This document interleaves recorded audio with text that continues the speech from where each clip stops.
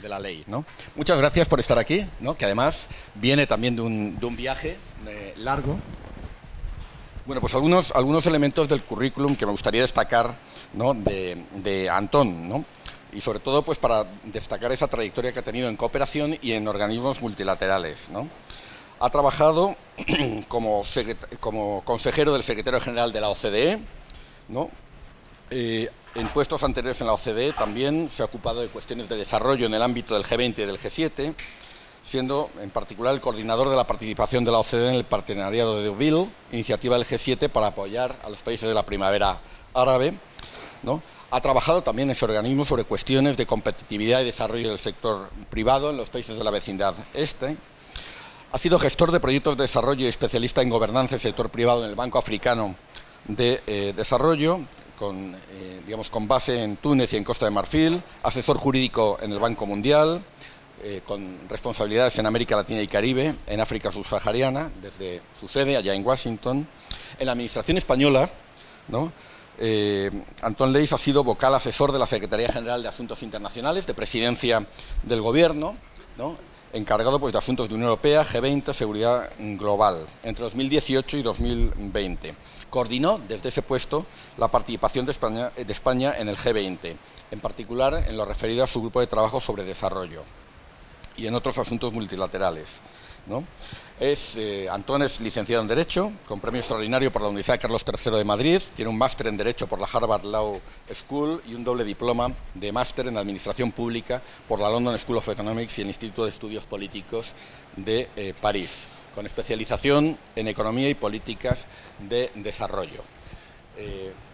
Un currículum muy sólido, vinculado, como veis, a temas de desarrollo y en particular pues, a la dimensión multilateral, tanto desde la Administración española como desde esos organismos. Muchas gracias, Antón, por estar aquí y por hablarnos de un aspecto específico de la reforma de la cooperación española. Toca la ley, pero ya, como comentará ahora, va más allá de ella, que es la reforma de la Agencia Española de Cooperación Internacional para el Desarrollo. No lo he mencionado, pero como dice el preámbulo de la ley, piedra angular, ¿no? del sistema español de cooperación al desarrollo, ¿no? la expresión que la ley establece. Muy bien, pues cuando quieras. Bueno, muchas gracias, José Antonio. Siempre me da un poquito de vergüenza esto es la parte más desagradable de los foros académicos, la parte del currículum, pero bueno, fundamentalmente me siento un cooperante, un profesional del desarrollo, aunque es verdad que durante algunos años, más recientemente, he estado trabajando más en temas multilaterales, en negociaciones de declaraciones y estas cosas, pero bueno, la vida me ha dado la oportunidad de dirigirla a decir que es la cosa más interesante que me ha ocurrido en mi trayectoria profesional, y quería compartir con todos vosotros y vosotras, con algunos viejos amigos, algunas compañeras de trabajo y compañeras de fatigas y compañeros de fatigas y algunas caras más jóvenes, pues algunas reflexiones sobre el proceso de reforma. He escuchado a José Antonio, que fue una de las plumas de esa ley. Me estaba entrando una doble nostalgia, la primera de haber estado aquí en esta sala como estudiante hace ya muchos años, que no me cuido mucho en el currículum de no poner la edad, pero vamos, muchos años, y luego la nostalgia también de ese proceso al que se refería José Antonio, que yo creo que has contado la parte sustantiva, hay un montón de anécdotas a lo largo del proceso, pero yo creo que, se lo dijo el otro día, yo creo que la secretaria de Estado, hemos logrado, por lo menos en lo que es la ley, el convertir esa en una ley de Estado, ¿no? De hecho, yo me acabo de tomar una Coca-Cola con la portavoz del PP, con la que estuve negociando los últimos tramos de esa ley de cooperación. Entonces yo me voy a centrar un poco en el papel de las agencias, sí que quiero daros un poquito un contexto de dónde veo yo que estamos en el mundo en estos momentos y por qué el papel redefinido de las agencias de cooperación es tan importante, ¿no? Y es que yo creo que estamos en un contexto, lo sabéis, un poco donde hay muchas cosas urgentes y muchas cosas importantes. Y es que estamos en un contexto de crisis y de crisis superpuestas. Lo sabéis, lo estamos viviendo aquí, lo hemos vivido durante la pandemia, lo estamos viviendo con las consecuencias globales de la invasión rusa de Ucrania, que están siendo francamente sentidas en todo el mundo. Yo acabo de estar en Mauritania, de hecho, en fin, he dormido 2 horas en el avión, acabo de estar en Mauritania, pues donde hay una situación en estos momentos creciente de inseguridad alimentaria, una desestabilización muy importante de la zona de Mali, que es un país sistémico en esa región, y muchos desafíos pues derivados del incremento de los precios de los insumos agrícolas. Estoy hablando de quizás el Sahel y el Cuerno de África, que sea la región probablemente más afectada, no solo por la guerra de Ucrania. Hay que ser conscientes que en estos países estábamos hablando de 4 o 5 años de malas cosechas, de sequías, en los periodos de lluvias torrenciales, y por lo tanto también de esa otra crisis de la que hablamos un poco menos, quizás, pero que es sistémica, que es fundamental y que desde luego tiene que ser uno de los ejes centrales de lo que es una política moderna de cooperación, que es la crisis y la emergencia climática, que están produciendo desplazados, refugiados climáticos. Es verdad que es un término en disputa, pero bueno, gente, digamos, que abandona sus casas por las consecuencias del cambio climático, que están produciendo pobreza, que están acrecentando brechas de género, porque sabéis que el cambio climático, como la mayor parte de estas crisis, tienen un impacto desproporcionado sobre las mujeres. Entonces, digamos, nos encontramos en un momento en el que la cooperación para el desarrollo, estamos ante la confluencia de muchas crisis en un corto periodo de tiempo. Y eso nos demanda pues un ejercicio de priorización, de ver qué podemos hacer con nuestros escasos recursos, y muchas veces una tensión entre los distintos instrumentos, ¿no? Sabéis, la ECID es una agencia relativamente única porque no somos muchos, pero somos algunos, y yo creo que es francamente un modelo, desde luego, a tener en cuenta. Gestionamos 3 políticas públicas en realidad, ¿no? Y José Antonio se refería a ello: la cooperación para el desarrollo sostenible, o lo que antes llamábamos cooperación internacional para el desarrollo, la acción humanitaria y la educación para el desarrollo y la ciudadanía global, ¿no? Tenemos esas tres gorras. Pero sobre todo hay una tensión en estos momentos muy grande entre lo humanitario, las necesidades humanitarias, que son exponenciales. Ayer veía cifras de ACNUR, hace 3 años estábamos hablando de 83 millones de refugiados en el mundo y personas desplazadas internas. Hoy estamos hablando ahora de 110 millones, ¿no? Hemos sumado la crisis de Ucrania, que ha sido muy, muy grande, pero estáis viendo lo que está ocurriendo en Sudán. Entonces, tenemos un mundo con muchos fuegos, ¿no? Y por otra parte, bueno, la tentación, digamos, de ir corriendo desde la cooperación a apagar con ese fuego esos fuegos con una manguera, quizás descuidando pues las cosas que tenemos que hacer para cuidar bien el bosque, ¿no? Y evitar que estas situaciones de crisis se produzcan, ¿no? Y este debate, no voy a decir tensión, porque en realidad tenemos que hacer las dos cosas, ¿no? Pero este debate un poco ante unas necesidades humanitarias que se incrementan exponencialmente, la necesidad de tener lo urgente en cuenta, pero también lo importante, que es un poco lo que os decía antes, de tener esa perspectiva de largo plazo y ver las transformaciones, ¿no? Y es que no vamos bien. Hay informes, en fin, recientes de cómo van los ODS. Va a haber una cumbre de los ODS, como sabéis, en septiembre en Nueva York, que creo que va a ser muy importante.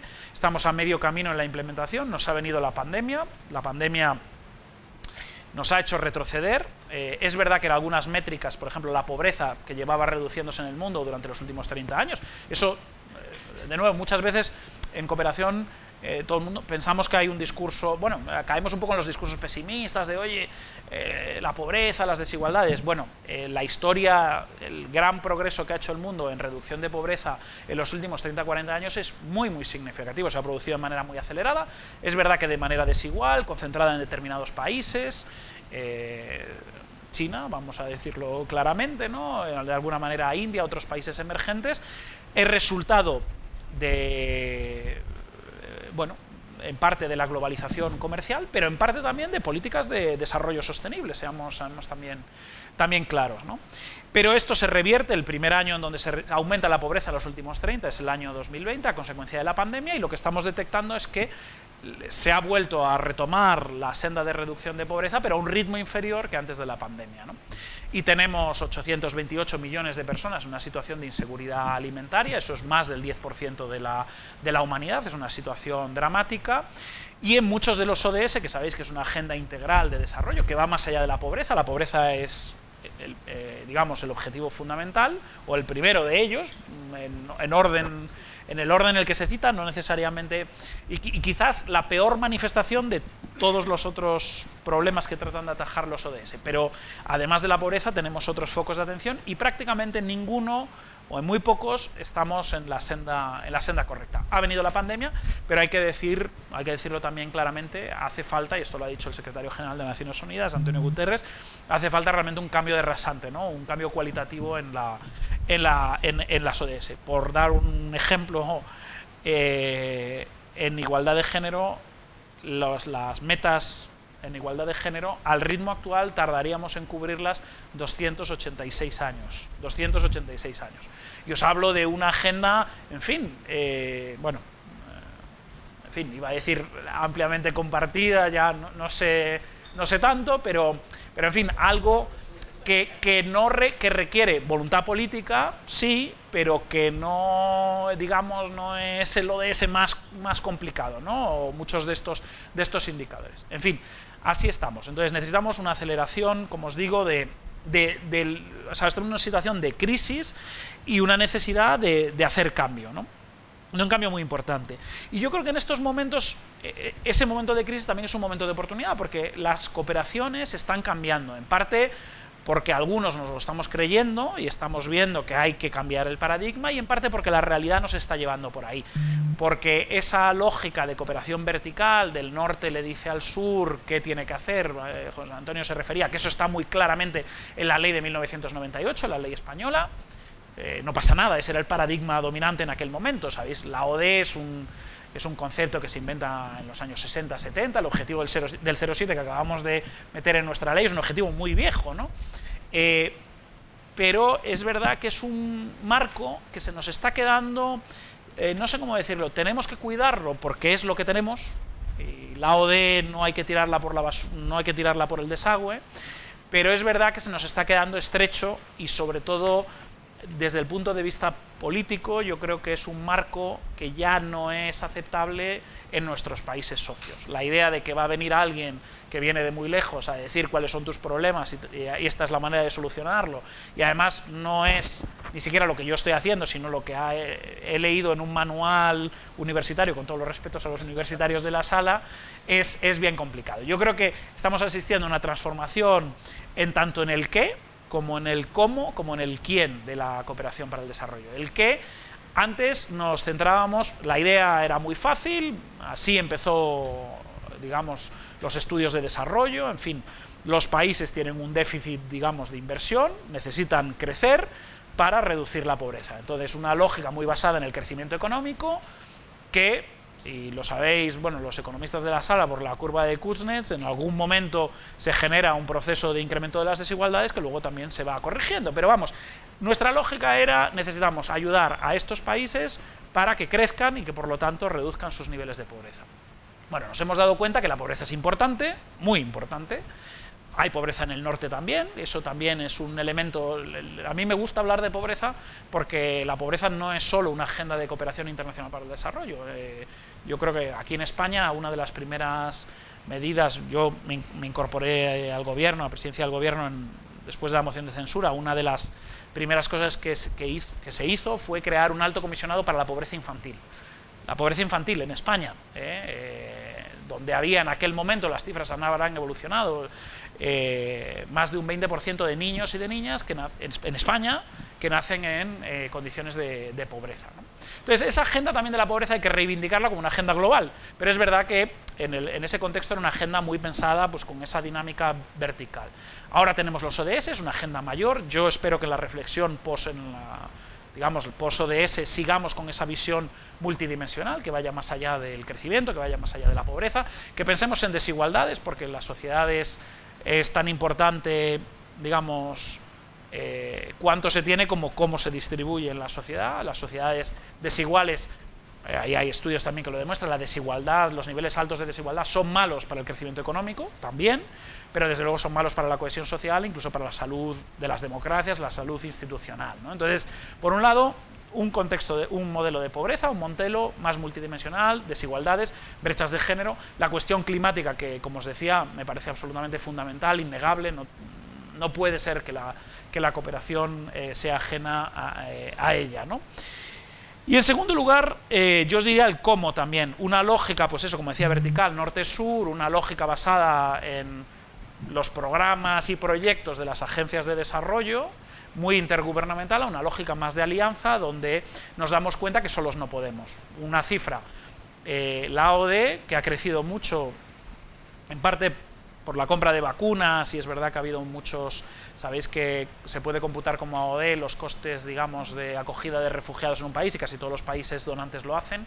La ODE se ha incrementado relativamente, bueno, una cifra no menor, estamos en los 200.000 millones de dólares, pero las necesidades de financiación de los ODS, según la OCDE, en fin, hay distintos cálculos, están en el torno de 3,9 billones, trillion en inglés, ¿no? Entonces, solos no podemos, o sea, el pensar que los contribuyentes de los países del norte van a resolver estos desafíos solos es impensable. Vamos a necesitar varias cosas, ¿no? Primero, que los países del sur generen esa Domestic Resource Mobilization, movilización de recursos domésticos. Eso significa desarrollar mercados de capitales, mercados financieros por la parte del sector privado, y también sistemas tributarios, que es un tema, con Enrique yo creo que lo hemos hablado bastante, y con la CEPAL, que es absolutamente fundamental. Y yo creo que, sobre todo, la agenda de los países de renta media, si podemos trabajar en los temas de fiscalidad, y hay varias iniciativas en estos momentos en América Latina muy interesantes que tenemos que seguir con mucha atención. Ese tema de la fiscalidad yo creo que es el gran tema, ¿no?, de financiación del desarrollo. ¿Cómo conseguimos que, por ejemplo, África deje de ser un emisor neto de flujos financieros? Esto yo creo que algunos quizás lo sabéis, pero es un hecho bastante... África es un deudor neto del resto del mundo en flujos financieros, a pesar de toda la ODE que sale, y eso pues quiere decir que hay mucha riqueza en África que se va por muchas razones, en muchos casos, digamos, flujos ilícitos, por supuesto, pero también, pues bueno, por la ausencia, digamos, de mercados financieros que consigan esa riqueza o reinvertirla en el propio desarrollo es decir, hay un elemento aquí donde nuestro papel como cooperación tiene que ser el aprovechar, el construir esas capacidades para que los países desarrollen su plena potencialidad, ¿no? Y la lógica norte-sur, y lo hablábamos en nuestra ley de cooperación con el tema del desarrollo en transición, ya está. Hay países, hay que olvidarlo, hay países híbridos. Brasil es país receptor y es país, digamos, emisor de cooperación al desarrollo. Chile se ha graduado formalmente del CAD, pero se considera, y nosotros también les consideramos en nuestra ley, como un país de cooperación, sin ninguna duda, por lo que decía José Antonio, porque esto del desarrollo sostenible no se acaba a partir de un determinado nivel de renta. España tiene desafíos de desarrollo sostenible, como los tiene Chile, y en ese proceso de aprendizaje, y como los tiene Mauritania, donde acabo de estar, y en ese proceso de aprendizaje todos tenemos que ganar. Digo, tenemos como debemos ganar, pero es que además tenemos mucho que ganar, ¿no? Y sobre el quién, antes pensábamos agencias de cooperación, esa lógica, y ahora ya pues necesitamos contar con el sector privado, necesitamos contar mucho más con la sociedad civil, los actores gubernamentales, que ha sido una de las señas de identidad de la cooperación española. Nosotros siempre hemos trabajado con actores gubernamentales, incluso en contextos complicados, donde, pues, en fin, los gobiernos nos gusten más o menos, ¿no? Pero el desarrollo de capacidades institucionales es desde luego muy importante, ¿no? José Antonio ha hablado mucho de la ley, este es el contexto y con esto acabo, ha hablado mucho de la ley. Yo me voy a centrar en el papel que la ley le da a la agencia, y José Antonio hablaba de piedra angular, es un término que hemos discutido mucho. Yo creo que estamos en un contexto también donde antes, digamos, había una formulación de política y luego había una implementación de la política. Yo creo que estamos en un contexto mucho más híbrido, donde cada país tiene su propio diseño institucional. España tiene un sistema muy fragmentado y muy diverso, tenemos las comunidades autónomas, eso es una riqueza, están muy cercanas al ciudadano, canalizan la solidaridad más cercana al ciudadano, pero sí necesitamos algún eje articulador de lo que es la política pública de cooperación al desarrollo, y yo creo que ese es el papel que la ley confiere a la ECID. Se desarrollan sus funciones, como digo, agencia de cooperación, agencia humanitaria y agencia de educación para la ciudadanía y el desarrollo global, las tres cosas, como, digamos, el gran, vamos a decir, sí, el gran gestor de las políticas públicas de cooperación. Es verdad que otros ministerios hacen cooperación, otras entidades del sector público hacen cooperación, la Fundación Carolina en el ámbito del conocimiento y en el ámbito científico y de formación, pero necesitamos una agencia de cooperación que tenga una visión de conjunto, que participe en la planificación y que de alguna manera sea, y ese yo creo que es el gran elemento, digamos, que nos tenemos que tomar en serio las agencias de cooperación, que sea el generador de alianzas. Es decir, nuestro trabajo no puede ser únicamente trabajar en nuestros proyectos y programas, sino ser el conector pues, con los organismos internacionales, algunos representados aquí, trabajando por la parte multilateral. La ECID trabaja con organismos multilaterales, con la sociedad civil, con el sector privado, que es absolutamente fundamental, y ese es el papel que yo veo transformador, digamos, de la agencia. Hay otro artículo dedicado a las oficinas de cooperación española en el exterior, que están adscritas, como sabéis, a la agencia, y que yo creo que son realmente, y ese es uno de los elementos. Una reforma no es cambiar cosas, es muchas veces preservar las grandes fortalezas. Y España ha optado siempre por estar cerca de sus clientes, de sus socios, y esa presencia en terreno es muy, muy importante. Y esas oficinas tienen que ser, desde luego, las oficinas de la ECID, pero tienen que ser también los grandes gestores, digamos, de esas alianzas a nivel de terreno, ¿no? Y ese es un poco, yo creo, que el papel que nos corresponde. Hay distintos modelos institucionales. Francia tiene una agencia de cooperación, que en realidad es un banco. Aquí nuestra naturaleza es una agencia de cooperación técnica, como las que se han creado en nuestros países amigos latinoamericanos, la ACCID en Chile y otras. Nosotros somos una agencia holística también, es decir, tenemos un brazo financiero que no es un banco, es un fondo que se nos adscribe y que gestionamos, tenemos la acción humanitaria, tenemos la cooperación cultural, que es muy importante, más de 15 centros culturales en América Latina. Sabéis que la cooperación española en realidad nace antes de hacer cooperación para el desarrollo, hacíamos cooperación cultural, ese es el legado del Instituto de Cultura Iberoamericana, en fin, el Instituto de Cultura Hispánica, con el que afortunadamente, digamos, hay un quiebro con la Constitución del 78, pero que esa identidad, digamos, de cooperación cultural, sobre todo con los países de América Latina, se mantiene muy presente, y además creo de verdad que es una de las cooperaciones o de los elementos que tienen más futuro de cara pues, a ese modelo también de desarrollo en transición, porque la cultura es un bien en sí mismo, pero también es un motor de crecimiento, de desarrollo, de bienestar social, ¿no? ¿Dónde estamos ahora con la ley? Se aprobó, efectivamente, podemos contar muchas anécdotas. Yo espero tener un poco, no quiero hablar mucho porque quiero tener un poco de espacio para preguntas. Fue un proceso complejo, pero fue un proceso que se afrontó siempre desde el diálogo, desde la participación. Teníamos que hacerlo rápido, pero teníamos que hacerlo también con mucha participación, porque había un consenso muy grande también en la sociedad española, que conseguimos trasladar al Parlamento, que también no fue fácil. Solo un grupo político votó en contra de la ley y todos los demás votaron a favor, ¿no? Ahora estamos en el contexto, digamos, de desarrollo de esa ley. Es verdad que la convocatoria de las elecciones del 23 de julio ha interrumpido la parte política de ese proceso, pero hay muchos profesionales, muchos técnicos, muchos funcionarios en la ECID y en otros sitios de la Administración española trabajando en el desarrollo de esa ley, ¿no? Y hay 4 desarrollos reglamentarios, en fin, hay alguna cosa más institucional que está llevando más el Ministerio, pero 4 que son fundamentales, yo creo, para la fontanería de la cooperación española, donde yo creo, de verdad, y quizás también es un poco mi deformación por ser el director de la ECID, que es donde realmente están las dificultades de la cooperación española. Nosotros tenemos una cooperación muy basada en principios, tenemos, de hecho, una cooperación, la que llevamos haciendo 40 años en América Latina, que yo creo que puede ser un gran modelo de futuro frente a otros modelos geopolíticos, etcétera, un modelo precursor de un poco de esto de lo que estamos hablando, que hemos sistematizado en la nueva ley, pero que es un modelo de verdad que puede ser referente pues, para la cooperación, digamos, del norte global con África, por ejemplo, donde no estamos dando muy bien con la tecla, ¿no?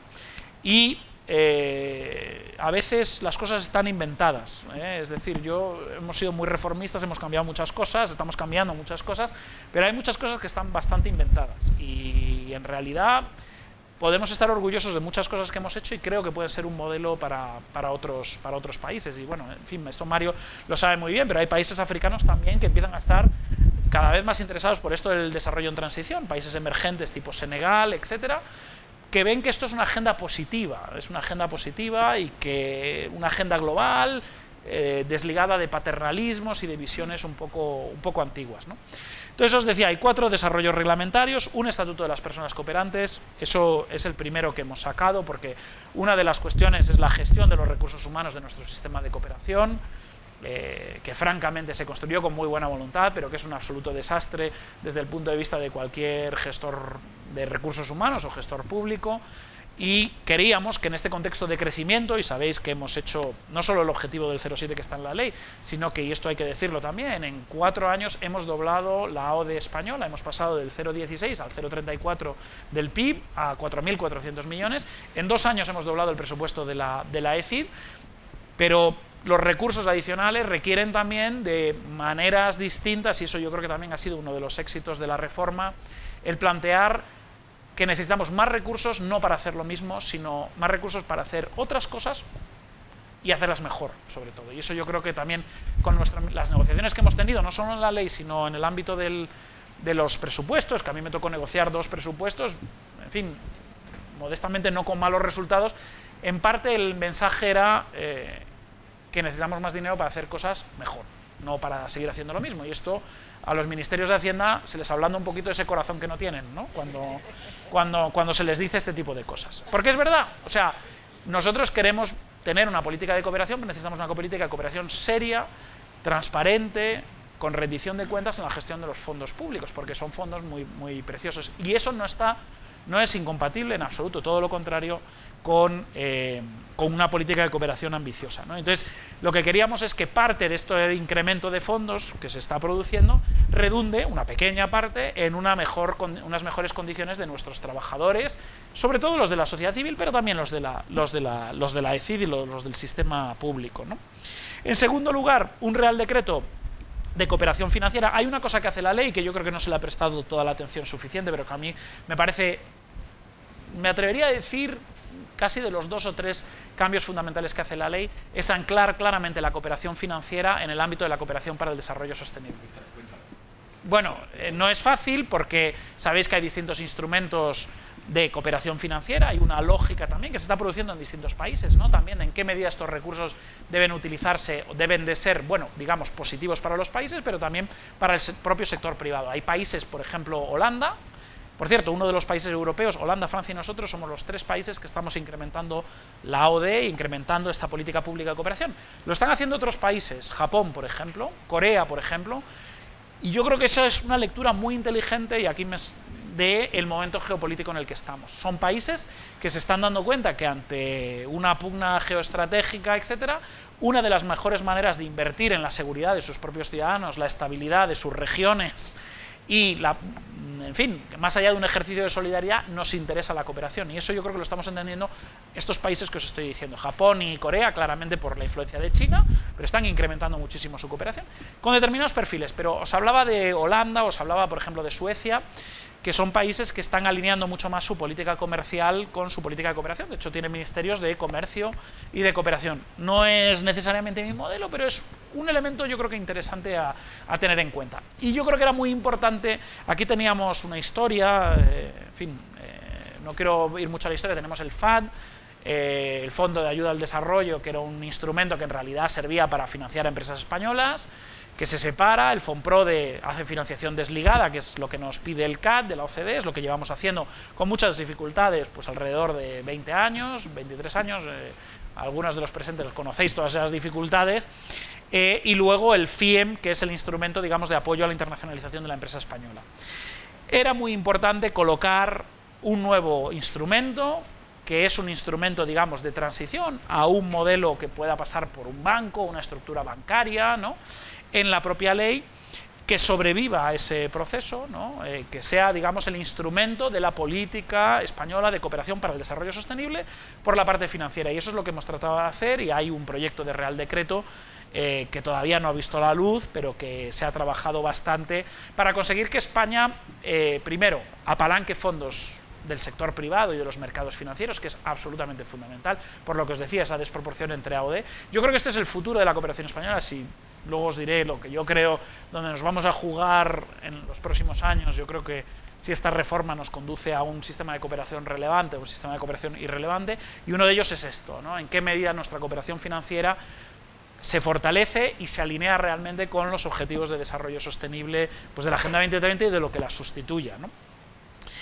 Un Real Decreto de Subvenciones, la cooperación española es extremadamente burocrática, en el peor sentido de la palabra. Yo soy un gran creyente en las políticas públicas y en el papel de los funcionarios públicos, pero por lo tanto la palabra burocracia no me parece que tenga un contenido per se negativo, pero sí tiene en su acepción más negativa, define muy bien a la cooperación española, ¿no? Nos hemos convertido en una cooperación con muchos requisitos, muchos trámites, somos lentos, etcétera. La idea de la nueva ley es introducir un proceso de desburocratización. Y además, ese proceso de burocratización se ha producido por imitación. La Administración General del Estado tiene una normativa de subvenciones que se aplica con muy pocas excepciones a la cooperación, lo cual es un error porque, en fin, intenta trabajar en Mauritania pues con lo que en España es una compulsa, que, en fin, los que sois españoles sabéis lo que es una compulsa, pero el resto del mundo no lo sabe, ¿no? Y una cosa que nos hemos cargado en la ley, que eran los intereses de demora, que era una especie de recargo que aplicábamos cuando un proyecto no se producía, a veces incluso por retrasos nuestros, que le decíamos a la institución a la que dábamos este apoyo, que nos tenía que devolver los incrementos, y se lo hacíamos a organismos internacionales, una verdadera locura. Eso nos lo hemos cargado en la ley, ¿no?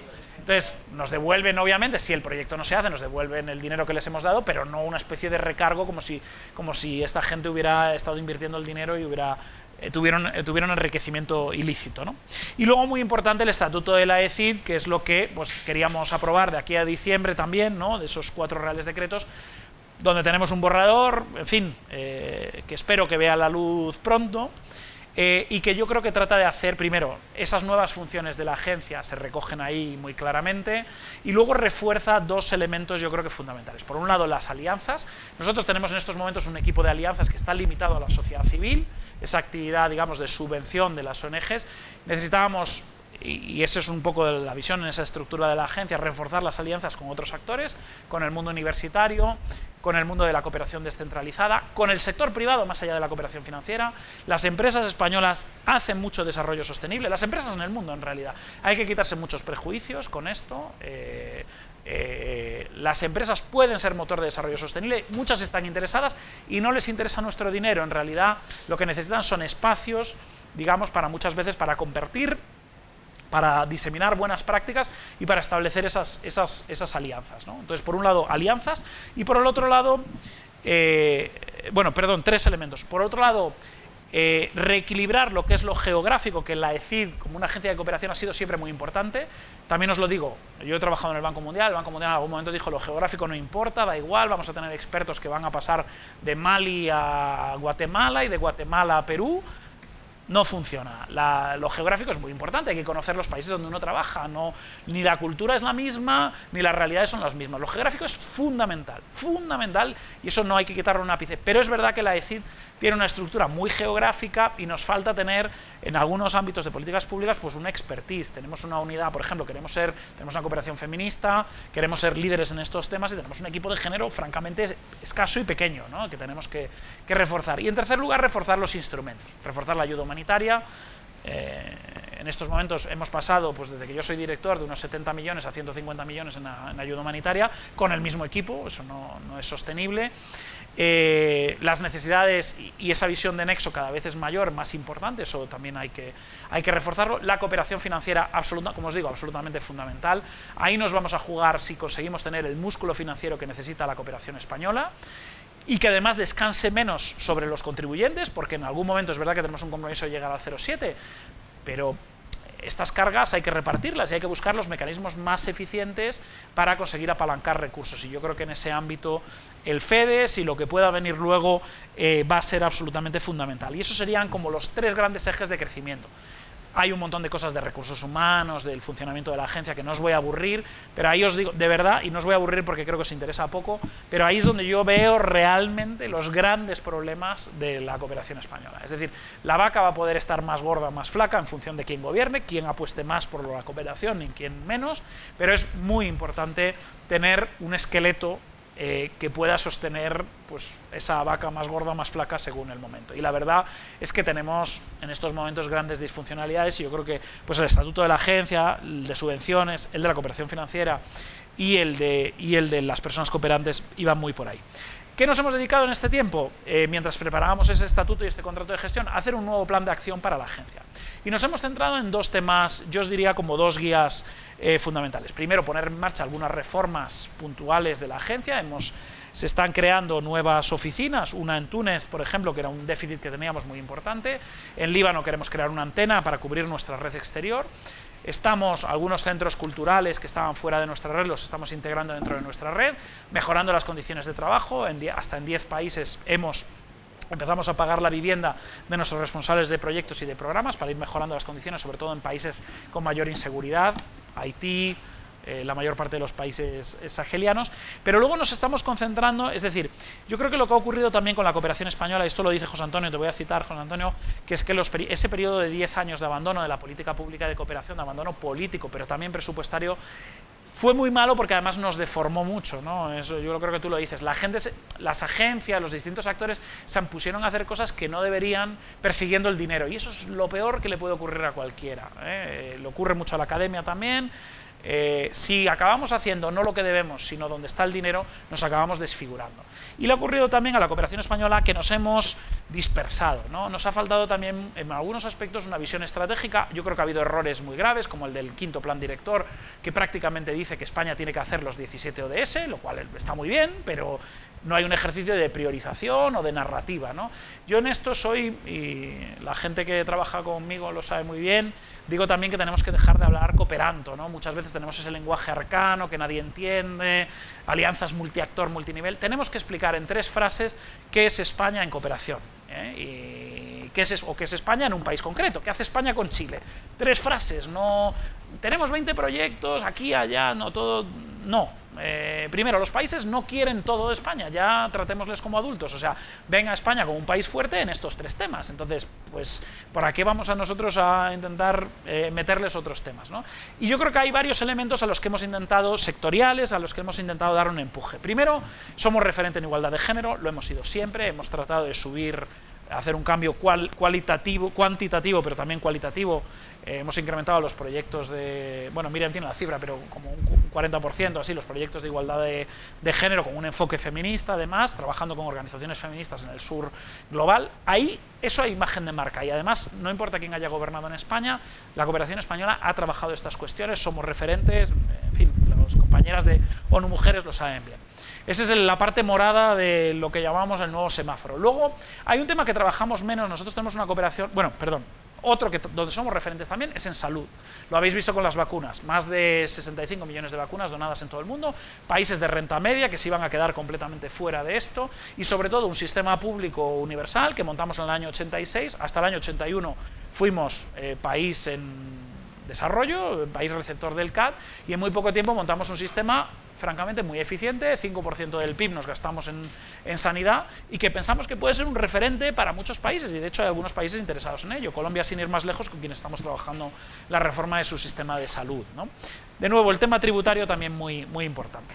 Y el tercer elemento, donde yo creo que estábamos más flojos, pero ahí nos tenemos que meter a saco, es el tema verde y el tema de la transición ecológica, que yo conecto mucho con la seguridad alimentaria, los sistemas agroalimentarios sostenibles y el elemento de la transición justa, ¿no? Yo creo que todas las transiciones, la triple transición, habréis hablado de esto, la digital, bueno, en fin, el otro día me hacía gracia porque José Antonio Campo en otra conferencia nos decía, bueno, ustedes hablan mucho de lo digital, pero no es tan importante. Efectivamente, yo creo que es más la transición socioeconómica, la transición la transición social, la transición económico-productiva y la transición ecológica. Dentro de la productiva yo metería lo digital, ¿no? Pero bueno, en este ámbito somos líderes también. España es un país líder en energías renovables, en mitigación contra el cambio climático, en adaptación también, que somos un país muy expuesto a las sequías, a los riesgos climáticos, y los países nos buscan. Yo ayer estaba hablando con el ministro de Economía de Chad, con quienes no tenemos cooperación. Nos decían, oye, es que me interesa mucho todo el tema de agricultura sostenible, regadíos y tal. Digo, bueno, o sea, los países nos vienen a buscar por determinadas cosas, y yo creo que en este ámbito la cooperación española está haciendo demasiado poco. Tenemos un compromiso de incrementar la financiación climática en un 50%. Todo esto tiene que ser adicional, y yo aquí tuve un debate con las ONGs, digo, no, es que vais a hacer esto de clima, pero vais a dejar de lado la cooperación tradicional. Digo, no, o sea, tenemos que trabajar, o sea, si no resolvemos la crisis climática vamos a tener más movimientos de desplazados. O sea, América Latina, el corredor seco, hay mucha migración, y en parte es un problema climático el que está en el origen. Y de nuevo, lo climático, o sea, ese eje seguridad alimentaria, clima y cohesión social es muy importante. Por daros un ejemplo, el invertir en comunidades rurales en todo el mundo, FIDA, por ejemplo, que es una institución, es una IFI, una institución financiera internacional pequeña, hay un español al frente, Álvaro Lario, es una institución pequeña, pero que cubre un nicho muy, muy importante. No quiero hacer publicidad de FIDA y no de ONU Mujeres, pero os digo porque esta es una política que yo diría es win-win-win para las tres transiciones. Si inviertes en comunidades rurales, estás invirtiendo en cohesión social, sobre todo estás invirtiendo en mujeres, porque las mujeres son las que están alimentando al mundo, en realidad, si lo pensamos, ¿no? El perfil del campo, de la agricultura, es el perfil de una mujer en el mundo rural en un país del sur global. Pero es que además estás consiguiendo adaptarse a los riesgos climáticos y además estás promoviendo pues, oportunidades económicas no solo para estas mujeres y para estas comunidades rurales, sino para el conjunto de la población, ¿no? Entonces, y estamos intentando también reequilibrar los instrumentos, una apuesta muy grande por el FONPRODE, llevamos haciendo muchas operaciones en los últimos años, 2-3 años, hemos incrementado mucho la cooperación financiera y hemos hecho operaciones realmente, francamente, en algunos casos muy bonitas. En estos momentos el 50% de lo que hacemos es con el sector privado aproximadamente, hacemos mucha inversión de impacto, eso es fundamental, yo creo que hay que salirse también eso del tema intergubernamental y trabajar pues también con el sector privado. Y voy a hacer 3 reflexiones para concluir sobre...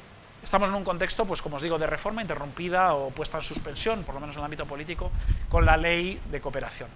Yo creo que hay 3 dilemas ante el que estamos. Yo creo que uno es el realmente afianzar esto como una política de Estado, el que esto no sea una política de beneficencia, una política meramente de ejercicio de caridad, sino que sea una política estructural de nuestra acción exterior. Esa es la visión, desde luego, que hemos tenido en este tiempo desde la ECID. Creo que es muy bueno estar dentro del Ministerio de Asuntos Exteriores de la Unión Europea de Cooperación. Aquí seguro que habrá opiniones para todos los gustos. Yo en algún momento, si me lo preguntáis, yo también era partidario de tener en los años 90, 2000, cuando se crea DFID en el Reino Unido, de tener un Ministerio de Cooperación separado. En el mundo en el que vivimos sería un absoluto desastre. Yo creo que estamos muy bien en la acción exterior.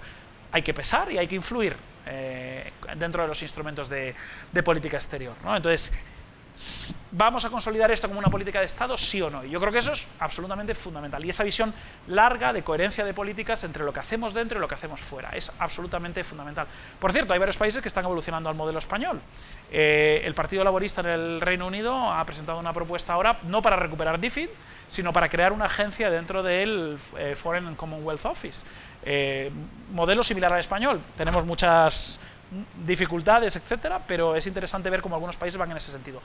Y también China, que acaba de crear su agencia de cooperación. De hecho, cuando nosotros, los europeos, nos estamos yendo a un modelo de inversión, que si Global Gateway, que si no sé qué, que está todo muy bien, los chinos ya están en la siguiente pantalla y están creando una agencia de cooperación y trabajando temas que nosotros llevamos trabajando mucho tiempo, lo que pasa es que lo van a hacer a una escala, francamente, que nos va a plantear una competencia geopolítica importante. En segundo lugar, yo creo que tenemos que, el debate aquí es qué modelo de cooperación, qué estructura institucional queremos para la cooperación española. La ley deja abierta muchas cosas, hay una dispersión muy grande, yo creo que la diversidad es buena, España es un país diverso, la simplificación es mala, pero sí es muy buena la mayor coordinación y yo creo que en ese caso una agencia de cooperación fuerte es absolutamente fundamental para asegurar la coherencia del sistema, ¿no? Y yo creo que en tercer lugar, esa es la tercera reflexión, yo creo que hay una oportunidad enorme para España, yo creo que se ha entendido, en los últimos años hemos entendido que este era el momento de dar un paso adelante, lo hemos hecho un poco como el salmón, yendo a contracorriente en el río cuando otros se iban retirando, el Reino Unido, sin ir más lejos, que estaba en el 0,7 ha pasado al 0,5, ojalá pues, estuviéramos nosotros ahí, pero bueno, nosotros sí lo hemos entendido, yo creo que hay una gran oportunidad para España, por los vínculos en concreto, también lo digo en presencia de muchos amigos latinoamericanos, pero esa cooperación que se ha hecho de ida y vuelta, porque no la ha hecho España, hemos aprendido a hacer cooperación con América Latina. Yo lo digo mucho en África, el otro día se lo decía pues, a varios ministros africanos. Digo, miren, nosotros hemos aprendido a hacer cooperación con países de renta media. Y esa visión paternalista de la cooperación con estos señores no ha funcionado nunca. Es que era imposible. O sea, no considero que seamos mejores, más altruistas que otros. Es que hemos aprendido a hacer cooperación con esta gente. Entonces, no sabemos hacerla de otra manera y entonces con ustedes vamos a hacerla de la misma manera, en alianza, de igual a igual, y con esa visión de ida y vuelta donde los dos países, los dos polos se retroalimentan. Yo lo dejaría aquí, creo que he hablado demasiado, no, estoy bien, ¿no? Estoy bien, vale. Pero creo que podemos entablar un debate, seguro que José Antonio tiene muchas cosas que decir y algunos de los buenos amigos también y las compañeras de la agencia también, algunos de vosotros también. Así que nada, muchas gracias.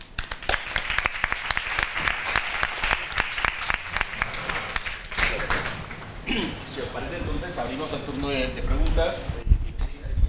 Puede levantar la mano y le facilitamos el micrófono. Muchas gracias, Antonio. Gracias. Muchas gracias, Antonio. Interesante intervención. ¿Aló? ¿Me escuchan? Sí. Sí.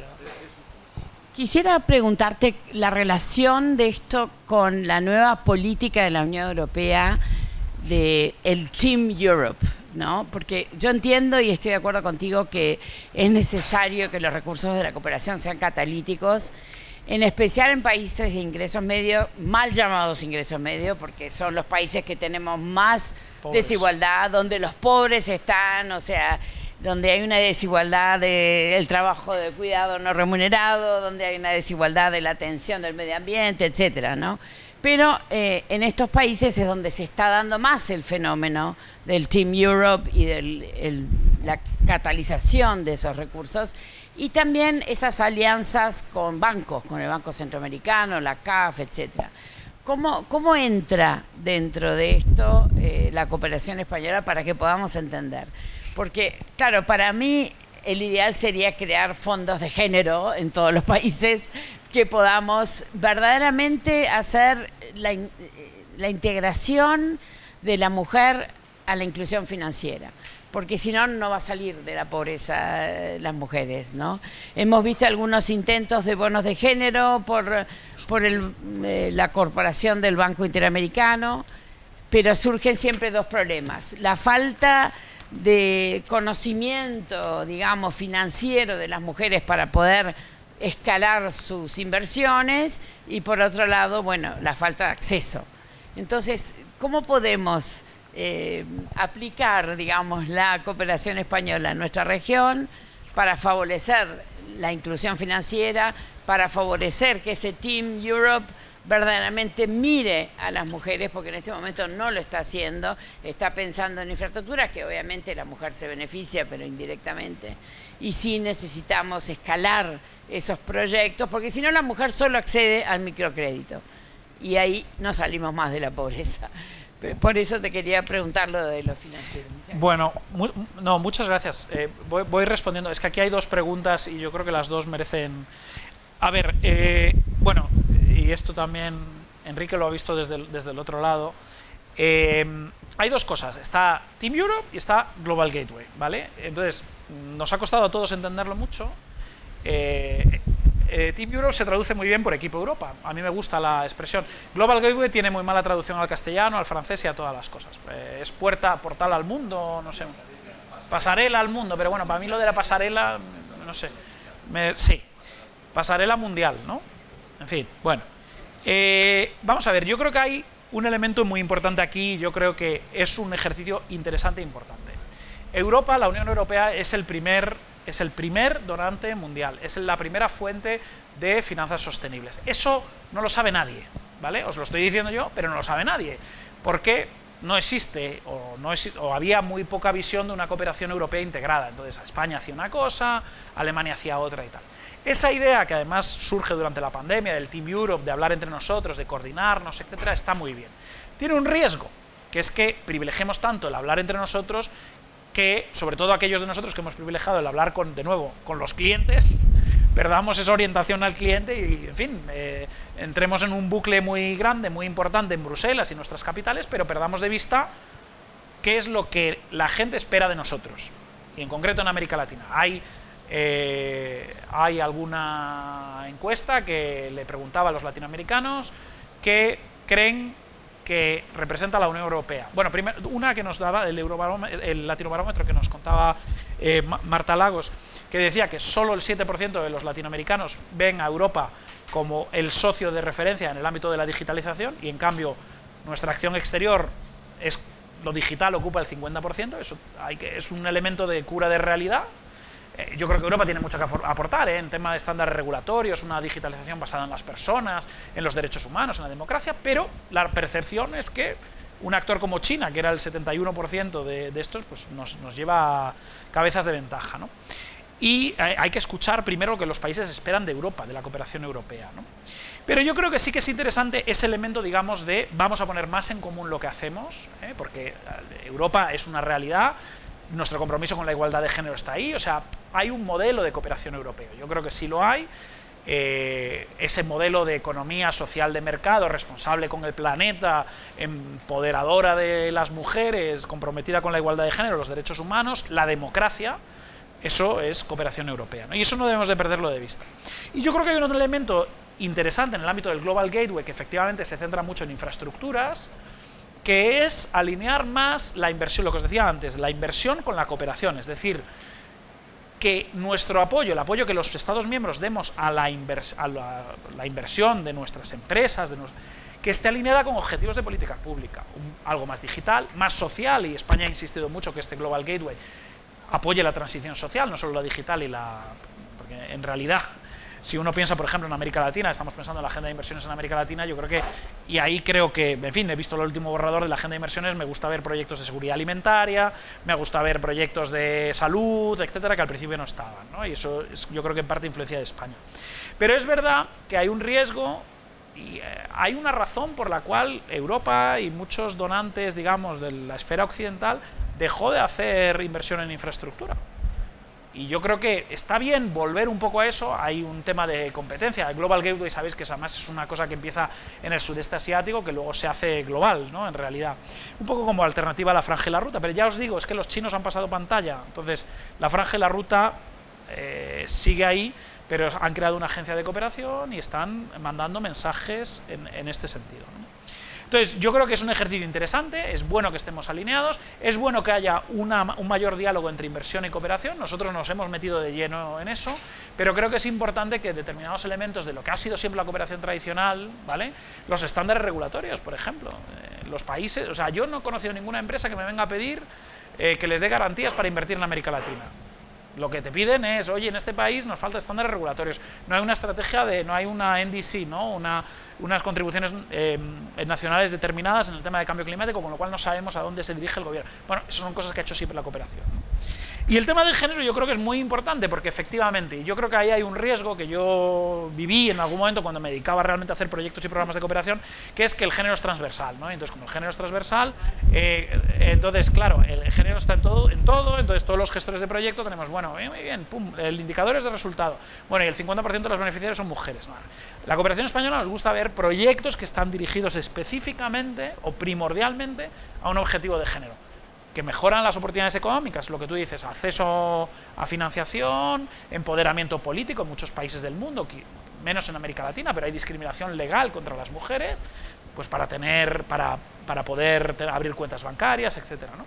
Todo esto yo creo que es muy importante, y yo creo que en el caso de América Latina, yo creo que las respuestas están en la propia región. Hay países en el ámbito de la igualdad de género, ¿no?, que están así, despegando, con gran empuje, y otros que están así, o bueno, en fin, en caída en picado, ¿no? Entonces yo creo que es una región con mucha variabilidad sobre eso. Creo que hay un trabajo muy importante que hay que hacer con las organizaciones feministas de base, y creo que tenemos que tener una agenda que cubra realmente todo, el empoderamiento político, trabajando con mujeres candidatas. Esto lo hemos hecho toda la vida, se ha hecho mucho trabajo con eso. Cuanto más representadas estén las mujeres en los ámbitos de políticas, bueno, sabéis que hay evidencia empírica que cuanto más mujeres estén representadas en cualquier cosa, mejores son los resultados, no solo desde el punto de vista de la igualdad de género, sino también pues de otros resultados, ¿no? Es decir, las mujeres parece, o eso dice la evidencia empírica, que son mejores gestores públicas, o por lo menos que son gestoras que alinean más las políticas públicas con los intereses de las personas, ¿no? Hay estudios, es verdad que son muy difícilmente generalizables en distintos contextos, pero bueno, hay una evidencia que apunta por esa vía. O sea, invertir en igualdad de género es invertir en mayor crecimiento, mayor bienestar, menores desigualdades, no solo de género, sino en general. Se ocupan más, en fin, de temas como la educación, la formación de capital humano, etc. Entonces, yo creo que ahí hay que hacerlo todo, pero incluso la cooperación más sofisticada realmente, pues en estos proyectos de inversión, el evaluar claramente el impacto de género y el buscar esas políticas win-win-win, ¿no? O sea, que también, qué sé yo, agua y saneamiento, es infraestructura, nosotros llevamos haciéndolo mucho tiempo. Y eso está completamente demostrado. Ese es un sector muy empoderador de las mujeres cuando se hace bien. El tema del agua y del saneamiento, crucial para la higiene, para la salud, crucial en muchos casos pues también para, pues en muchos contextos son las mujeres quienes se ocupan un poco de resolver el problema del agua en la casa, ¿no? Entonces, de cara al empleo no remunerado, el tema de la economía de los cuidados, etcétera, es fundamental. Así que yo creo que en eso, ¿cómo decirte? Europa tiene que estar del lado de la igualdad de género. Es verdad que dentro de Europa empezamos a tener algunas fisuras sobre esta cuestión, pero si algo representa a Europa en el mundo, pues es un modelo donde las mujeres y los hombres somos iguales. Eso, en realidad, el feminismo no es nada más, pero tampoco nada menos que eso. Y ese modelo de cooperación europea tiene que ir por ahí. Y es verdad que le va a costar más, cuanto más infraestructura hagamos, que eso se vea claramente, pero incluso haciendo infraestructura creo que se puede hacer una infraestructura con perspectiva de género también.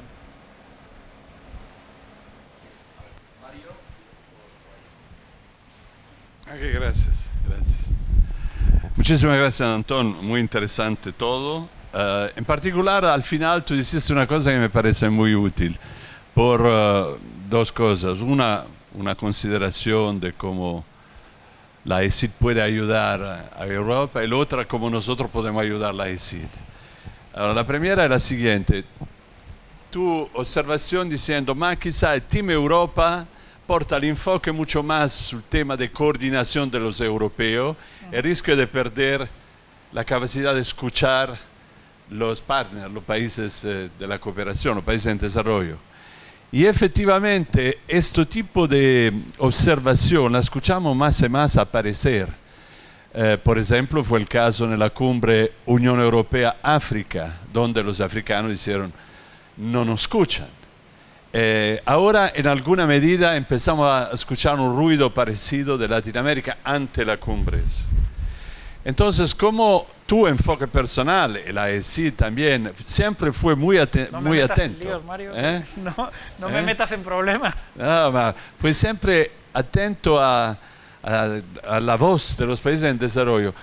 ¿Cómo se puede facilitar o solucionar este problema que aparece de la falta de capacidad, tal vez, o presumida falta de capacidad, del lado europeo, premier financiador de ODA, porque hay otra forma de cooperación? ¿Cómo se puede solucionar en parte esta incapacidad de escuchar o qué hacer? Esta es la primera. La segunda, ¿cómo ayudar a la ESID? Yo me recuerdo que justo antes de la cumbre Unión Europea, América Latina precedente, la primera declaración era enfocada solamente su cuestión muy precisa de industria, de producción de tecnología verde o de digitalización, con una agenda muy mercantilista en alguna medida. Y fue España, y fue la ESID, y fue muchos actores españoles que antes que se llegue a la conclusión dijeron no es posible, no podemos no hablar de la social cohesion, no podemos hablar de muchos temas que son clave. ¿Cómo podemos ayudar este papel de España que es crucial por cualificar el tipo de cooperación que Europa hace? Bueno, muchas gracias, Mario. Mira, yo creo que este ejercicio, a ver, yo no he querido tampoco sonar muy crítico con el ejercicio Team Europe. Yo creo que nos hacía falta eso, el que tuviéramos una discusión más estratégica. Yo no sé cómo deciros, soy muy militante de la cooperación, me creo de verdad que esto es una política pública súper importante, pero creo que hay que verlo en un contexto más amplio político también, y el mundo está donde está. A mí me ha tocado en este último año dedicarle mucho tiempo a Ucrania, y España ha estado en Ucrania con todo, y voy a decir algo muy políticamente incorrecto, pero a mí me ha tocado la parte humanitaria y en estos momentos la parte de reconstrucción de Ucrania, pero es que el apoyo a Ucrania pasaba también porque otros hicieran el trabajo con el envío de armas también, y eso os va a sonar un poco provocador para un director de una agencia de cooperación, pero lo veo así. Entonces necesitamos un papel de España, de Europa en el mundo, activo, proactivo, y donde tengamos muy claro cuál es nuestro papel, ¿no? Y yo creo que lo peor que puede hacer Europa es coger el papel de otros. O sea, los países ya son, de verdad, es que yo paso mucho tiempo hablando, pero también mucho tiempo escuchando. Entonces, desde luego en América Latina, fácil, porque hablamos el mismo idioma, pero también en África.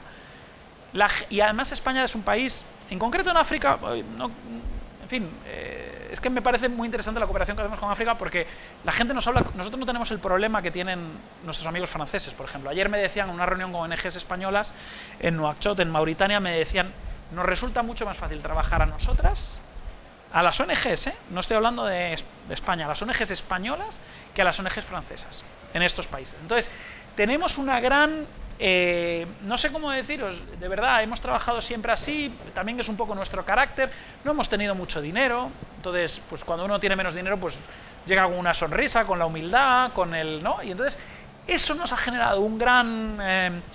una buena voluntad, ¿no? Un goodwill, como se dice en inglés, muy muy importante, un capital enorme con los países en América Latina, sin ninguna duda, y que nadie se llame a engaño, aunque haya momentos de choque difíciles con algún líder latinoamericano sobre temas históricos que nadie va a poder resolver, porque la historia ocurre eso, que no se puede cambiar a pasado, y que además la historia está mejor en manos de historiadores que en manos de políticos, de historiadores, de antropólogos, etcétera, que en manos de políticos.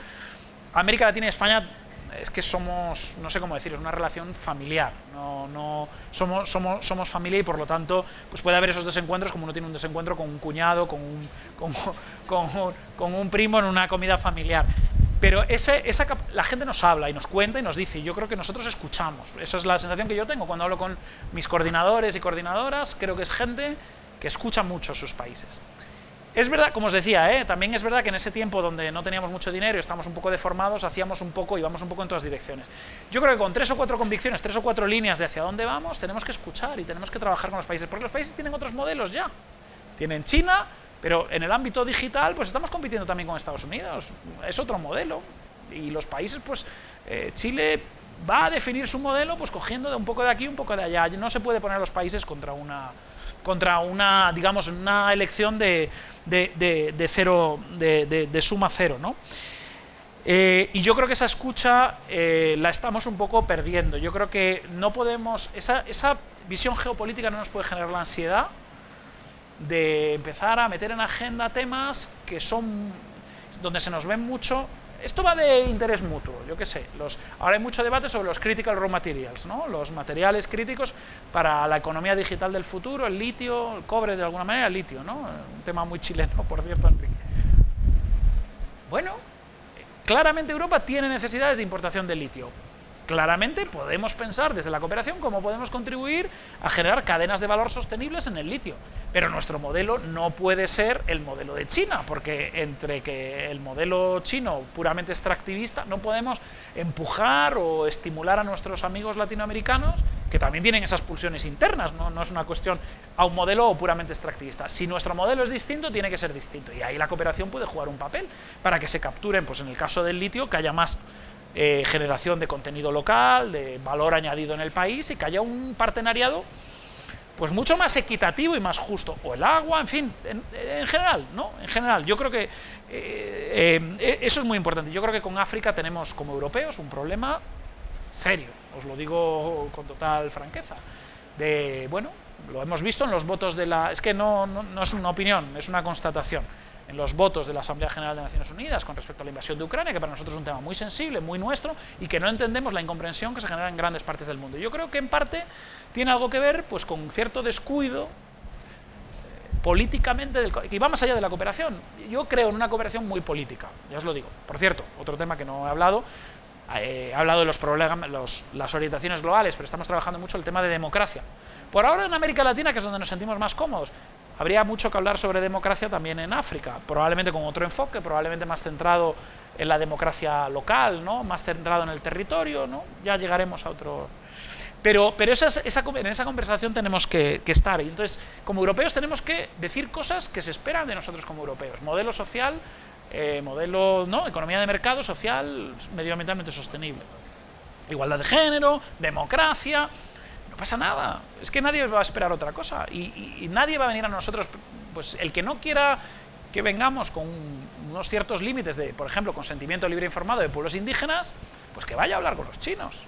Nuestro modelo es ese. No, yo trabajé en algún momento mucho sobre temas sobre lo que se llama policy-based loans, o sea, el ajuste estructural de los años 80, la condicionalidad, ¿no?, los apoyos presupuestarios a cambio de condicionalidad.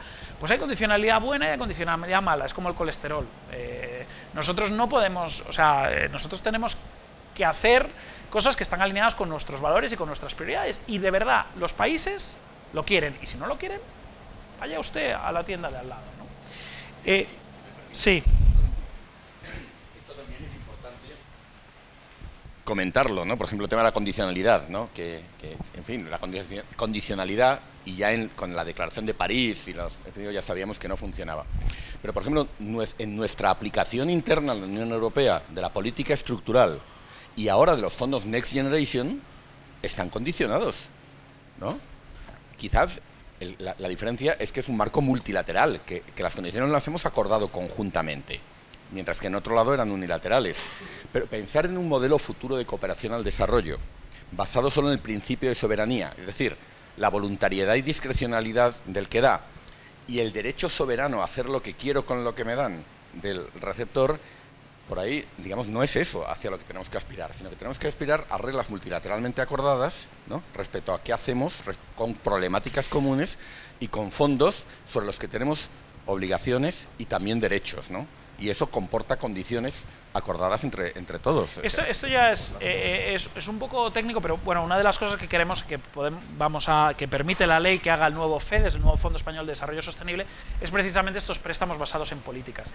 Y yo creo que, de nuevo, yo mismo he diseñado proyectos, o sea, programas de... no me gusta llamarlos ajuste estructural, porque yo ya, en fin, no soy tan mayor, o sea, lo mío ya era otra fase, ¿no? Pues no muy buenos, con poca participación del país receptor, pero el que pueda haber diálogo de políticas en muchos países, o sea, hay grandes ejemplos de cómo esto puede funcionar. Por ejemplo, para impulsar, pues apoyar a los sectores más reformistas de un gobierno a que cambien sus leyes, y no solo en el ámbito, de nuevo, a lo que hubo es un sesgo muy ideológico en los años 80, en un sentido, pero los PBLs, ¿no?, esos policy-based loans o lending que tenemos, PBOs, Policy Based Operations, que tenemos en mente, yo los enfocaría mucho más por el ámbito sectorial. Reformas en el sector salud, en el ámbito medioambiental. Es una manera de canalizar recursos y tener un diálogo de políticas con tus socios internacionales, ¿no? Obviamente, oye, es un país, en el caso de los préstamos, pues los países se endeudan y son ellos los que tienen que decir, pero creo que es un instrumento útil, bien utilizado, y con esa apropiación de la que hablaba José Antonio. Decías, Mario, que nosotros estamos, ¿cómo nos podemos ayudar? Mira, yo creo que lo fundamental es poner esto en un marco político, o sea, más allá de la cooperación, es decir, ¿qué quiere ser Europa en el mundo? Y yo creo que ese debate es el que tenemos que tener muy pausado. ¿Qué queremos representar en el mundo? Y yo creo que desde España hemos insistido mucho en eso, de nuevo, no porque seamos mejores ni más, tengamos una visión como más grande, es que hemos aprendido a hacer cooperación y nuestra política exterior en el fondo ha crecido con unos países con los que tenemos unos vínculos históricos y de todo tipo que no nos permitían otro enfoque. Entonces, yo creo que lo peor que podemos hacer es entrar en una lógica de competencia geopolítica en los términos de otros. Europa tiene su modelo de cooperación. Tenemos que alinearlo con las prioridades de nuestros países socios, porque yo creo que es ahí donde está la verdadera competencia. El que más se alinee es, desde luego, al que le van a hacer más caso, porque los países tienen en estos momentos otros referentes. Uruguay es un país de renta media alta, graduado también, con quienes queremos seguir cooperando. Bueno, tienen acuerdos comerciales con Chile, bueno, porque tienen una economía de exportación del sector primario, con China, ¿no? Entonces, bueno, vamos a ponerle la pistola a los uruguayos porque están... No tiene ningún sentido. Busquemos digámosle a los uruguayos cuál es nuestra proposición. Y desde luego en América Latina, en fin, hay latinoamericanos en la sala. Nos encontramos ese goodwill, o sea, mirar a Europa, que no vamos a encontrar tan fácilmente en otras regiones. Lo que pasa es que hay que devolver la mirada y tiene que ser una mirada franca. Vamos a tener una cumbre donde nuestros jefes, los líderes, pues se van a hablar, y como probablemente llevan 8 años sin hablar, pues se dirán cosas, a lo mejor algunas un poco desagradables. Y no, pues la Unión Europea son 27 Estados miembros, América Latina y Caribe, muy importante, son 34. Entonces, bueno, vamos a ver qué sale de ahí. Pero, oye, hablarse y decirse las cosas también es importante, ¿no?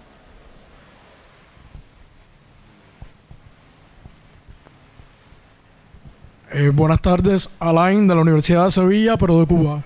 Me gustaría preguntarle qué importancia le concede a la democratización de la información y la comunicación como agenda del desarrollo, teniendo en cuenta que justamente la Agenda 2030, esta es una de las limitaciones. La información y la comunicación es transversal, y ahorita se mencionaba que lo transversal a veces se diluye. Y luego, ¿en qué medida esta nueva ley de cooperación española da margen a la capacidad de decidir por parte de los países y de la ciudadanía, sobre todo la ciudadanía y la sociedad civil, en las agendas de desarrollo? Mi experiencia, no con la agencia española, pero sí con otras de otros países europeos, es que se impone la agenda de desarrollo. Bueno, muchas gracias. Me alegra que me hagas esa pregunta, porque me estaba arrepintiendo de no hablar más de democracia, que yo creo que antes os decía la pobreza es el peor enemigo, etcétera, pero probablemente en esta situación de crisis en la que estamos, el siguiente muro de contención sea la democracia y, ¿no?, la estabilidad institucional de nuestros países. Yo creo que es absolutamente fundamental lo que tú dices, el tema de la democratización de la información. Y aquí es una opinión mía tan válida como cualquier otra. Las redes sociales, que muchos pensábamos cuando surgen, acordados de la primavera árabe, antes mencionaba José Antonio en mi currículum, yo trabajé también un tiempo con países árabes, lo que llamaban países árabes en transición, ¿no? Acordados de la primavera árabe en 2011, esas manifestaciones en la plaza de Tahrir en Egipto, jóvenes manifestándose por la democracia, enviando fotos o grabando en directo, ¿no?, y transmitiendo a través de redes sociales, de Twitter, etcétera. Bueno, ¿qué queda de eso? Yo, 12 años después, las redes sociales en estos momentos, yo creo que son uno de los factores más importantes de desestabilización de nuestros sistemas políticos y francamente, creo que los regímenes no democráticos lo están manejando bastante mejor que los regímenes democráticos, porque hemos sustituido digamos, a los medios de comunicación, a la ciencia, a los expertos, por la opinión de cualquiera, ¿no? Y hemos generado estos efectos silos, ¿no? Claro, yo soy un gran usuario de Twitter, ¿eh? Mis noticias las veo a través de Twitter, pero es verdad que yo me reafirmo todas las mañanas, porque claro, sigo a la misma gente y no, es muy difícil ver la visión complementaria. Entonces yo creo que eso es fundamental. Nosotros hemos lanzado ese programa Democracia. La Cooperación Española lleva mucho tiempo trabajando los temas de gobernanza desde un punto de vista más tecnocrático, ¿no? Trabajando con jueces, trabajando con sistemas judiciales, etcétera. Nos faltaba un poco recuperar lo que fue la Cooperación Española en los años 80-90, una visión un poquito más política, trabajando con actores de la sociedad civil. Yo quiero seguir trabajando con gobiernos, creo que es muy importante. Incluso los gobiernos digamos que tienen sistemas políticos diferentes del nuestro. Curiosamente, este debate solo se produce solo en América Latina. Nosotros, como decía, trabajamos con Egipto, que no es que sea una democracia y nunca nadie plantea ningún problema, pero en cambio que trabajemos con otros países cuyos nombres no voy a mencionar en América Latina, pues se plantea un problema. La cooperación tiene que hacerse con todos los países del mundo, cada país tiene su sistema, pero también es verdad que la cooperación española tiene unas convicciones profundamente democráticas y que en un contexto de amenaza para la democracia aquí y allí, este es uno de los grandes debates globales, no podemos permanecer impasibles.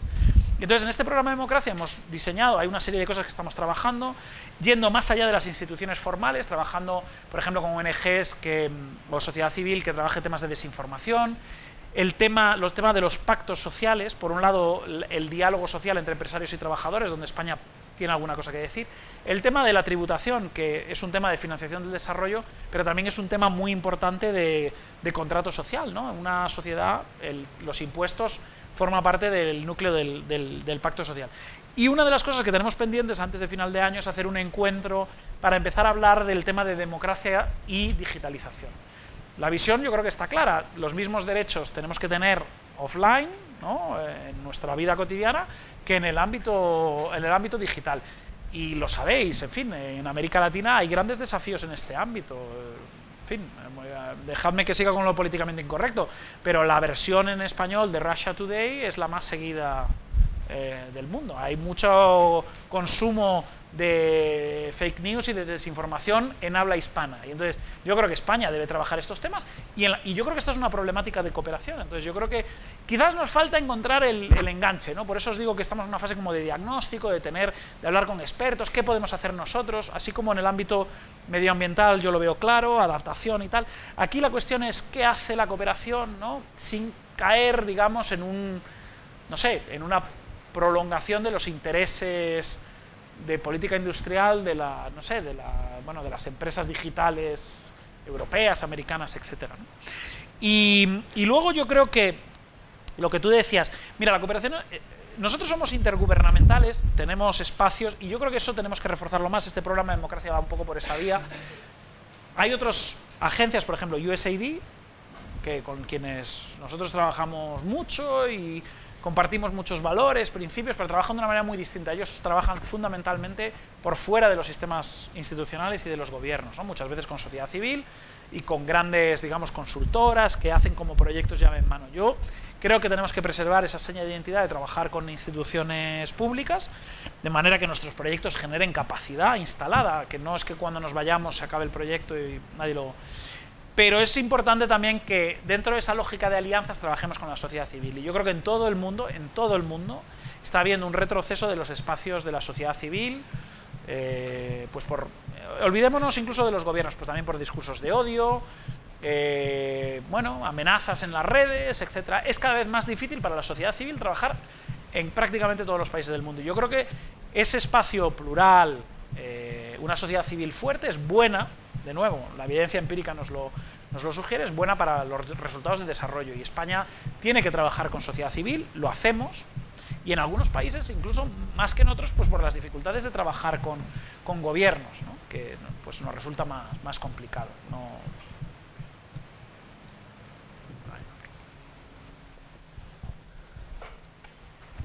Hugo Fernández, estudiante de Derecho de la Universidad de Valladolid. Ayer la secretaria de Estado, cuando estuvo aquí, nos habló de que antes de hacer un relevo generacional en el mundo de la cooperación, que dijo que era necesario, era importante hacer una reforma con respecto a la carrera profesional, y se mencionó del Estatuto de los Cooperantes, ¿no? Sin embargo, todos sabemos que en las leyes se hace siempre una visión, o se habla de cosas muy abstractas, y que luego del dicho al hecho hay un trecho, ¿no? Entonces, a mí me gustaría saber, desde su punto de vista, de qué manera ha cambiado, cree que va a cambiar las condiciones laborales, o esa reforma de la que se hablaba del Estatuto de los Cooperantes y de la carrera profesional, con la integración o con la aplicación de esta nueva ley. Gracias. Bueno, esto es muy importante. Os decía que me he centrado a hablar un poco como de los grandes principios, pero la mayor parte de las dificultades que tenemos son operativas. Tenemos lo decía la secretaria de Estado porque es verdad, tenemos una cooperación muy envejecida. Se ve los periodos de bonanza que ha tenido la cooperación española, un primer arreón en los años 80, donde entra gente como José Antonio Sonauja. Luego en los 90, 2000, en la época de los gobiernos de Zapatero, que hubo muchos fondos, ahí entra mucha gente. Y ese periodo valle de abandono supone también que no haya habido un relevo generacional, ¿no? Y yo veo, pues nuestros coordinadores pues son gente ya de una cierta edad. Algunas cosas hemos hecho ya. Hemos recuperado las becas de jóvenes cooperantes que estuvieron desaparecidas durante muchos años. Llevamos ya con 2 o 3 convocatorias, y que es el punto de acceso pues para chicos y chicas como vosotros, ¿no?, que acaban de salir de un grado, a lo mejor un máster, y que quieren tener una primera experiencia. Y luego la idea es, efectivamente, con el Estatuto del Cooperante y el Estatuto de la Agencia, el construir una carrera profesional por escalones, ¿no? Responsables de proyectos, todos los que hemos empezado en esto en algún momento hemos estado trabajando en un proyecto, luego vas avanzando y haciéndote como más generalista, y en su momento pues tendrás pues unos puestos directivos. Cuesta mucho porque nuestro sistema es complicado de explicar, pero en la agencia, por ejemplo, tenemos solo personal funcionario y solo personal en sede y solo personal laboral en terreno, con lo cual no hay ninguna cruce de, digamos, intercambio de conocimiento, ¿no? Eso es horrible para cualquier empresa o organización. Es lo contrario de lo que debe ser. La gente tiene que rotar para ponerse en el lugar del otro también, ¿no? Siempre en las agencias de desarrollo hay una tensión entre la sede y el terreno. El terreno quiere hacer, la sede, que es más celosa del uso de los fondos y tal, quiere frenar. Eso es lógico, pero es que en la ECID es exacerbado, porque nunca nadie ha estado del otro lado, ¿no? Entonces, estamos en ello. El Estatuto de las Personas Cooperantes ha salido un texto a consulta pública que ha tenido muy buena recepción. No nos da tiempo a aprobarlo por el ciclo electoral, pero ahí hay medidas más importantes de conciliación. Yo el primer día que tuve una videoconferencia con nuestros coordinadores, sobre todo en América Latina, bueno, Blanca en aquel momento era coordinadora, pero la primera llamada erais 2 mujeres de 16. No estamos mucho mejor, algún pequeño progreso, pero claro, es que un sistema que paga mal, remunera mal, pues acaba expulsando a las mujeres, ¿no? Eso es así, sobre todo en puestos directivos. No es que haya, yo quiero pensar, vamos, no es que haya habido una política de nombramiento contra las mujeres, sino que simplemente a las mujeres se las ha expulsado del sistema. Entonces, el estatuto va a ser muy importante, el estatuto de la agencia también. Estos cambios son complicados porque implican negociaciones arduas con, ya os lo digo, vamos, es la parte más miserable de mi trabajo, las negociaciones con otros ministerios, que son los que toman las decisiones en estas cuestiones y que, en fin, son complicadas y complejas. Pero ya se han dado algunos pasos, antes os hablaba del pago de las viviendas en 10 destinos, que son los más complicados, que hacía que tuviéramos muchas vacantes, porque nadie se podía permitir ir a trabajar allí, teniendo en cuenta pues que en muchos de estos países, yo que sé, en Caracas, por ejemplo, encontrar una casa con unas buenas condiciones de seguridad y tal es carísimo, nuestros salarios no daban, ¿no? Entonces, algunas mejoras ha habido. La ley configura un modelo que permita a la ECID tener ese flujo de conocimiento entre sede y terreno, que es fundamental. O sea, yo, vamos, confesión, si solo pudiera arreglar una cosa, arreglaría eso, os lo juro, y creo que nos cambiaría la vida, ¿no? Ese intercambio.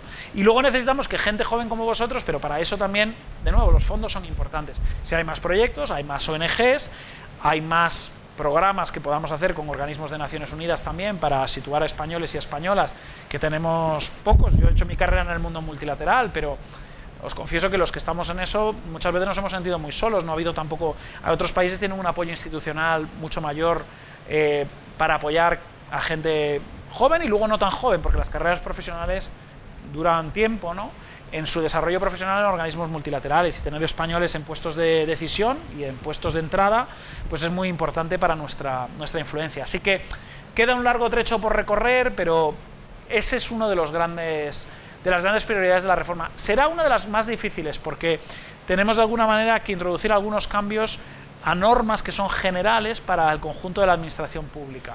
Y lo hemos conseguido. En la ley se habla de un convenio colectivo único para la ECID, tanto en sede como en terreno, y se habla de puestos de adscripción indistinta. Esto es muy técnico, pero vamos, no sabéis lo que costó, vamos, canas y esperanza de vida. Puestos de adscripción indistinta para personal funcionario laboral, es decir, que un mismo puesto pueda ser ocupado por alguien que está trabajando en terreno y que venga a sede, o por un funcionario pues, que esté aquí. Y eso permitirá pues, ese flujo de conocimiento. A mí me gustaría que en esta fase de crecimiento podamos tener nuevas convocatorias, sobre todo de responsables de proyectos, que son como el perfil más especialista, pues para gente no tan mayor, con una cierta especialización en algún ámbito, que en los próximos meses y años vayamos viendo convocatorias que nos vaya generando familias de personal especialista en igualdad de género, en transición ecológica, en tal, y que permita perfiles, pues a lo mejor con muchos de los que estáis aquí, que tengáis una especialización en algún tema concreto o en el ámbito de la cooperación en general, que os incorporéis a la ECID o al sistema de cooperación o a organismos internacionales.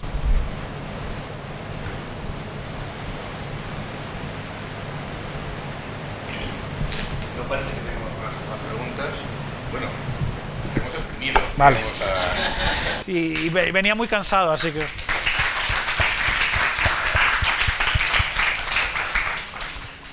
Bueno, pues muchas gracias, Antón. Bueno, continuamos entonces a las 4, ¿no? Y digamos, vamos a entrar justamente en algo que se ha esbozado esta mañana, el papel del Parlamento, ¿no? Y directamente con representantes de los grupos políticos, ¿no?